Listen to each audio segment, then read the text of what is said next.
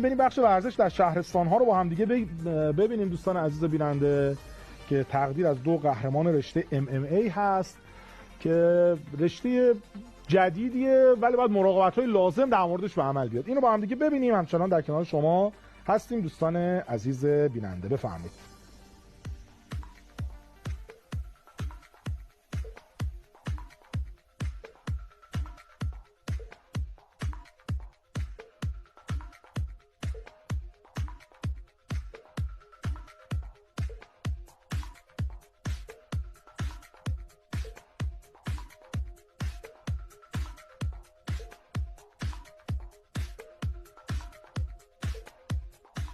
در خدمت جمعی از ورزشکاران عزیز به پاس تشویق و تقدیر از دو قهرمان ارزنده هیئت ورزشی شهرستان نیشابور ابوالفضل فتوحی مقدم هستم.